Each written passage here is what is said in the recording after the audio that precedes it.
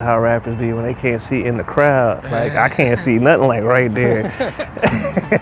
Be feeling good. Like, yeah, got the back rock. For sure. We're gonna jump right on in. So, Okay.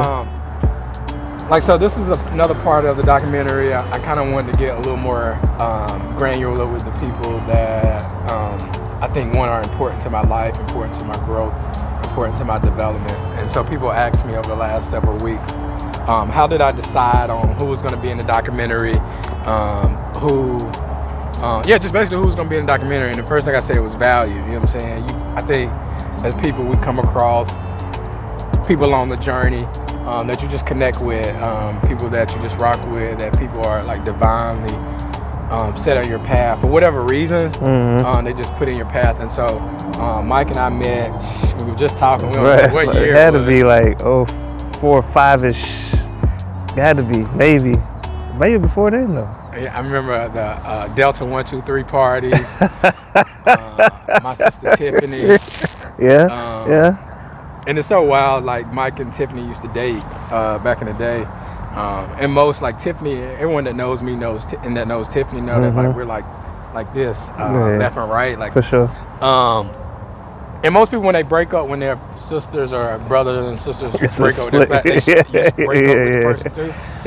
But Mike was like, you always been like a solid. I think that's what makes everything unique. I think that's what started. You know, we started with the parties and stuff. And that's when those conversations started, like the real people conversations. Right. Like not just, I see him on campus, he's president or whatever. But yeah, that was a pivotal part. And then I think, I want to say like 08, 09. I say 09. 09 shit hit the fan for both of us. So that's when the communication really started. Just keeping everybody motivated. Keeping their head up, taking breaks, like just checking in, like for real checking in with your people.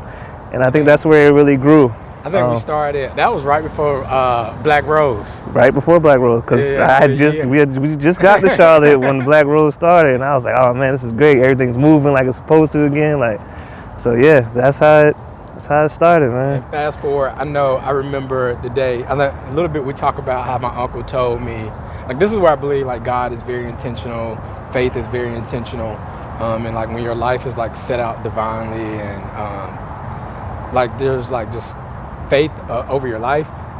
Fast forward to that time, I moved back to Laurinburg for a little bit, and my uncle came to me and was like, yo, I don't know what the hell you're doing. Everyone knows the famous story. I don't know what the hell you're doing, but you gotta get the hell up out of here. So I leave and go to Charlotte the next day, dodging the police. And it's so crazy, you know what I'm saying?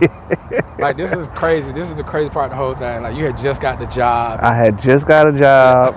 My living situation was perfect. Like, it was way too much for me, but it was mine. And so when he hit me, I remember that day too. And I was just like, that's crazy. Like, this is supposed to happen like this. And he hit me, and I was like, man, I got a whole nother room. Like, come on. Like, I was just where you was at, like, 2 weeks ago. I totally understood where he was coming from, and then it worked out. We ain't had no issue. It was perfect. Like, it was just perfect situation. It worked out.